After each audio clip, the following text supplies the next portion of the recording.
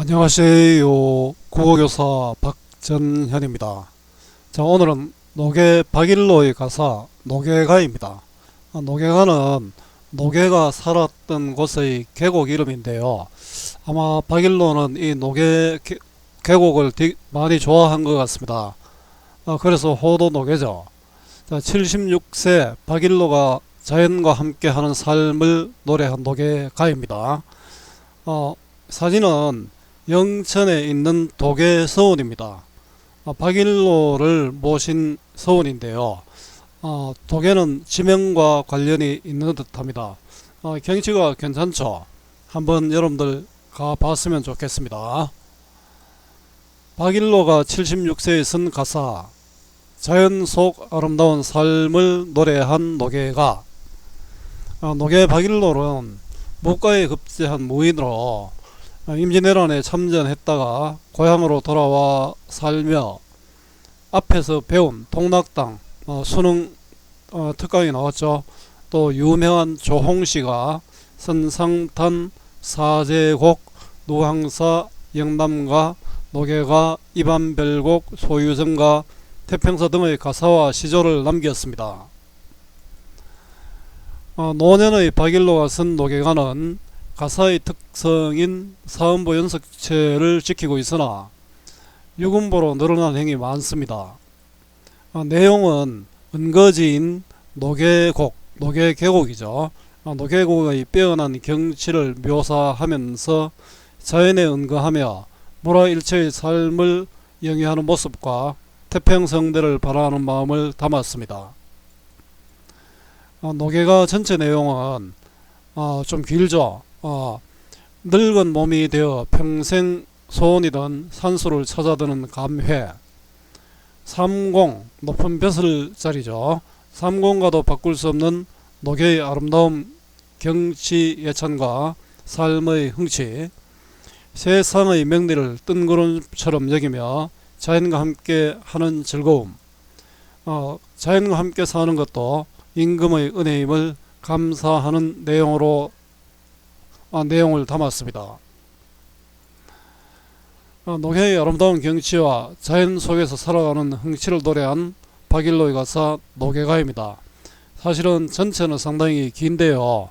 오늘 선생님이 수업할 내용은 교재에 수록된 부분만 할 겁니다. 자, 먼저 국어 공부 방법을 잠시 이야기하고 넘어가겠습니다. 무조건 외우는 공부는 가성비가 낮습니다. 주어진 제시문을 대충 읽고 문제를 푸는 공부보다는 한 편을 하더라도 본문 중심으로 제대로 하는 공부가 도움이 됩니다. 그래야 국어 공부를 하는 근육의 힘을 기를 수 있습니다. 가장 좋은 것은 교과서의 활동들을 따라 하는 것입니다. 그것이 내신 성적에도 도움이 됩니다. 그런데 본문의 내용이 아니라 관련된 문제들 중심으로 공부하는 학생들을 보면 안타깝습니다. 시험 출제는 제가 하는데 제가 가르친 것이 아니라 학원 자료들을 들고 와서 질문하는 학생들을 만납니다. 시 한 편을 공부하면서 관련된 문제가 수십 개가 달려 있습니다. 그 문제도 여기저기 짜깁기 한 내용들입니다. 이렇게 공부하는 학생은 대부분 실패합니다. 외우는 것은 가능할지 모르지만 응용 문제 해결 능력은 떨어지기 때문입니다. 수십 편이라도 그렇게 공부할 수 있습니다. 수십 편이라면 그렇게 공부할 수 있습니다. 그러나 수백 편을 이렇게 공부할 수는 없지요. 차라리 30편 정도를 제대로 공부하는 것이 더 좋습니다. 자, 운문문학 공부 방법입니다. 운문문학은 어떻게 공부해야 할까요? 운문문학의 대표적인 것이 바로 시입니다. 고전문학, 현대문학 관계없이 시의 특성을 본문 중심으로 파악하면서 감상하는 것이 좋습니다. 시의 언어는 평범한 언어를 사용하고 있지만 근본적으로 낯설게 하기라는 것입니다. 그래서 일반적인 글보다는 한 번 더 생각해 봐야 합니다. 자, 시는 운주를 갖고 있습니다. 자, 운율 형성의 기본은 반복과 변조인 거 아시죠? 그리고 운율은 내재율과 외재율로 나눌 수 있습니다. 외재율은 음수율, 글자 수로 따지는 것이죠. 시조의 3, 4, 3, 4 등. 자, 음보율, 띄어읽기, 끊어읽기의 단위인데요. 3음보, 4음보 많이 들어봤죠. 그 다음에 음의율, 음의율은 위치에 따른 운율인데 앞에 같은 말이 반복되는 두운, 뒤에 같은 말이 반복되는 가군이 있습니다. 자, 운율에 관한 문제는 반드시 나옵니다. 자, 그 다음에 함축성. 자, 함축성은 숨어 있는 의미가 있다는 것이지요. 자, 주로 비유와 상징을 통해서 드러납니다. 그럼 형상화. 형상화는 추상적인 것을 구체적, 즉 감각적으로 제시하는 방법인데요. 심상, 이미지를 통해서 드러납니다. 그럼 또 다른 표현상의 특징들이 있죠. 시적 허용, 반어, 역설, 도치 등 다양한 오타가 있네요. 표현 방법이 나타납니다. 자의 태도, 정서, 관계, 그 다음에 시의 관계, 소재의 역할도 주목해야 합니다. 작품 감상도 또 중요한데요. 그 작품을 감상하는 방법은 우리 크게 내재적 관점과 외재적 관점으로 나누지요. 자, 내재적 관점은 작품 자체를 중심으로 보는 것으로 절대주의적 관점이라고도 합니다. 외재적 관점은 작가를 중심으로 보는 표현론적 관점, 독자를 중심으로 보는 효용론적 관점, 사회를 중심으로 보는 반영론적 관점이 있습니다. 자, 내재적 관점과 외재적 관점을 어우르는 종합주의적 관점도 또 있지요. 자, 우문문학을 공부할 때 본문에서 이러한 점을 중심으로 익히면서 그 원리를 이해하는 것이 필요합니다.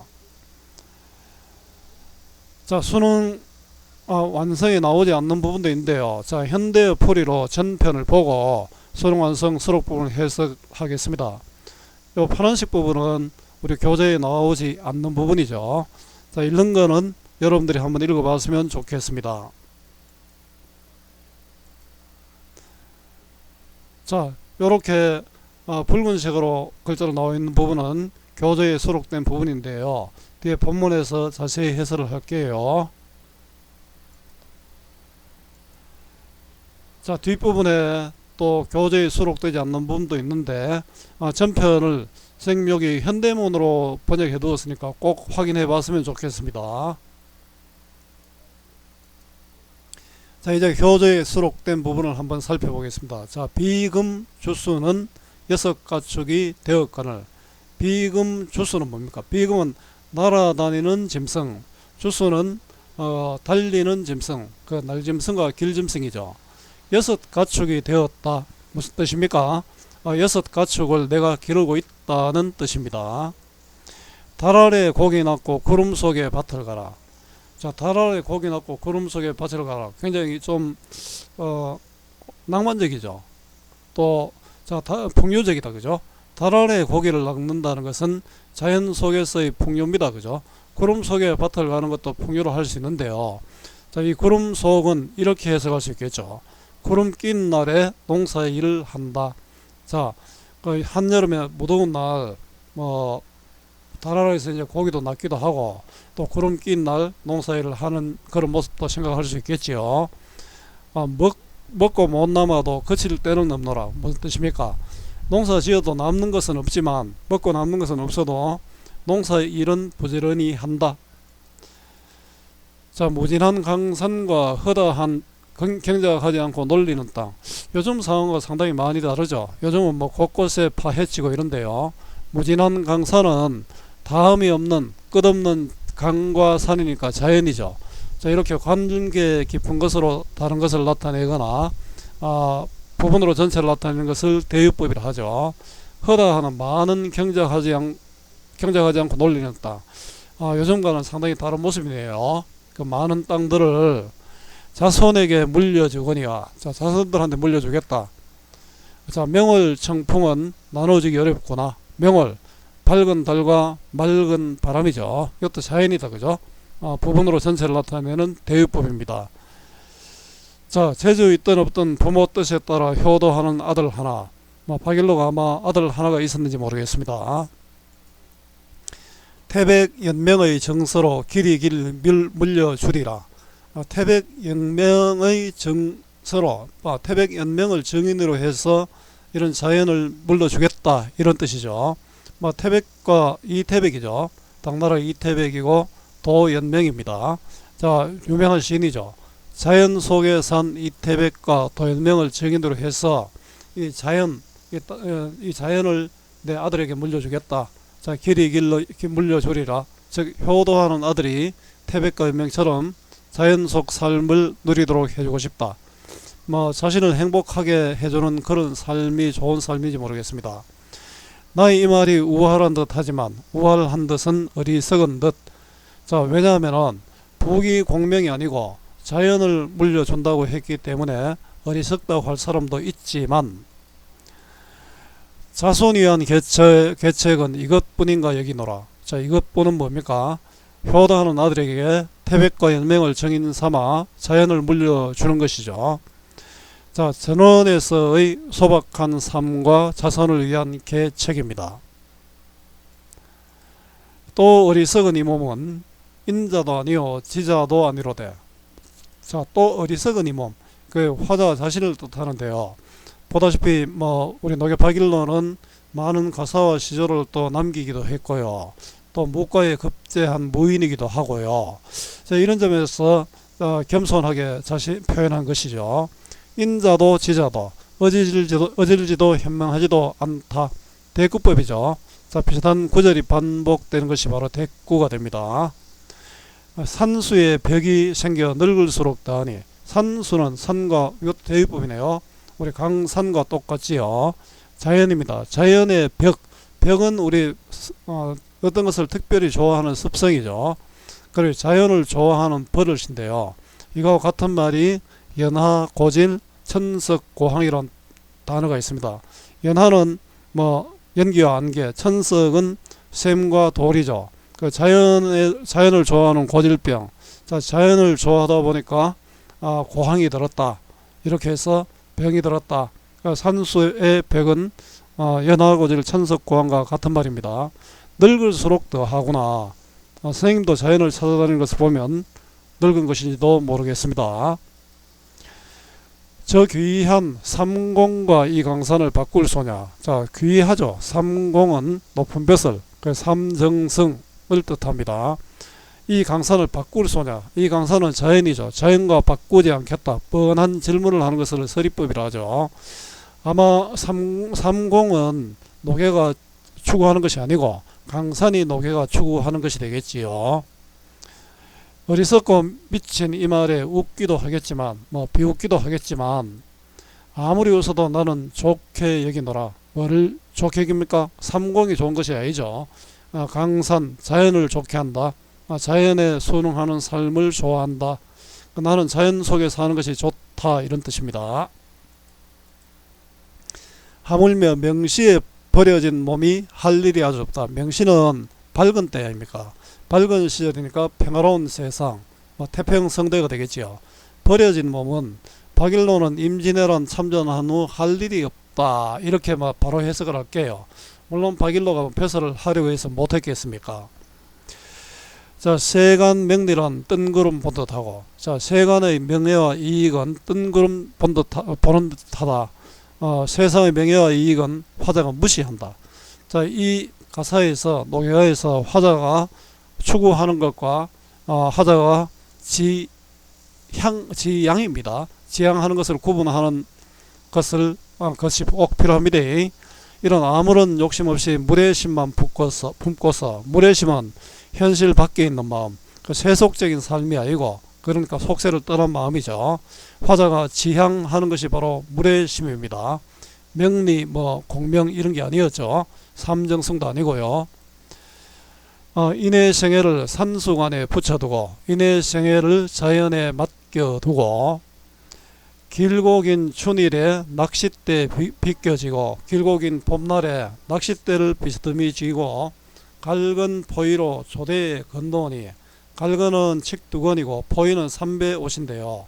소박한 차림새죠. 아마 이거하고 대조되는 것은 아마 관복이 있다면 관복과 대조가 되겠죠.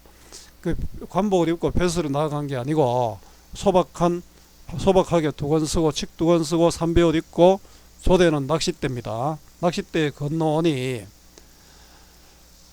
산운은 잠깐 개고 태양이 쬐는데, 자, 산운은 산에 내리는 비가 잠깐 그치고 태양이 내리쬐고 있습니다. 배경이죠. 맑은 바람 더디 오니 경면이 더욱 밝다.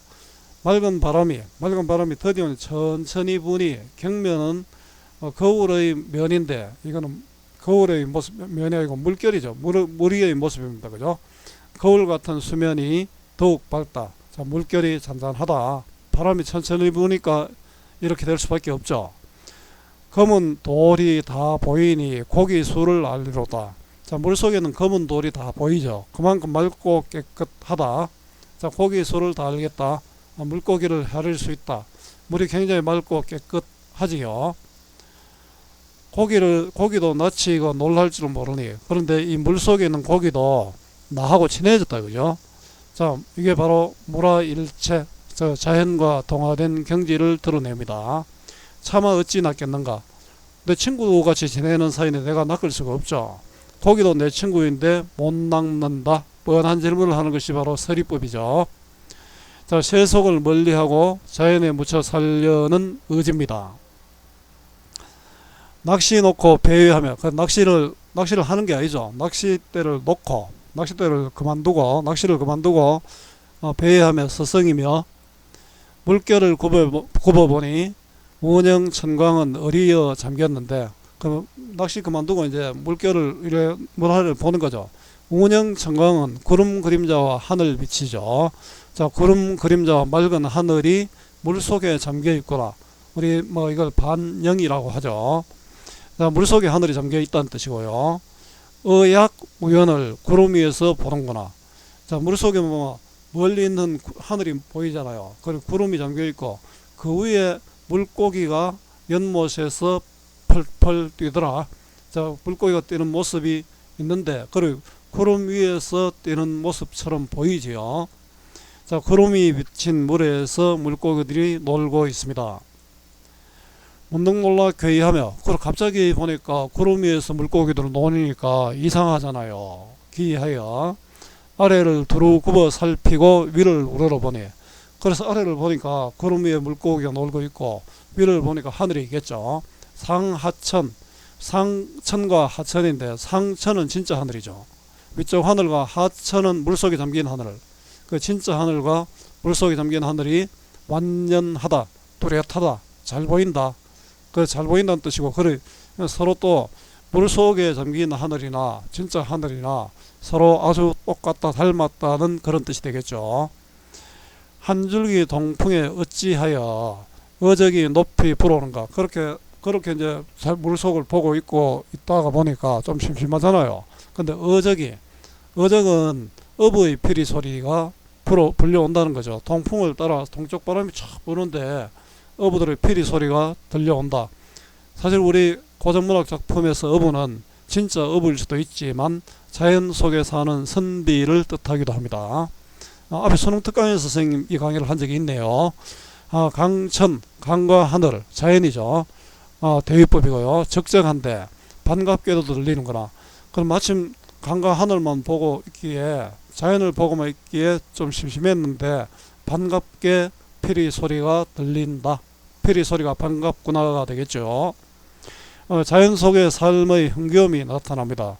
좀 지겨울 듯 하면은 이런 또 아름다운 피리 소리도 들리고 하니까 지겨울 여유가 없죠. 자, 인풍의장하여 좌우로 돌아보니, 인풍은 바람을 맞고, 자, 바람이 부니까 바람을 맞잖아요. 의장은 지팡이에 의지했는데 이때 노계파길로의 나이가 76세였습니다. 그 좌우로 돌아보니 대중천경이 아마도 깨끗하구나. 대중은 뭡니까? 낚싯대 중이다. 그죠?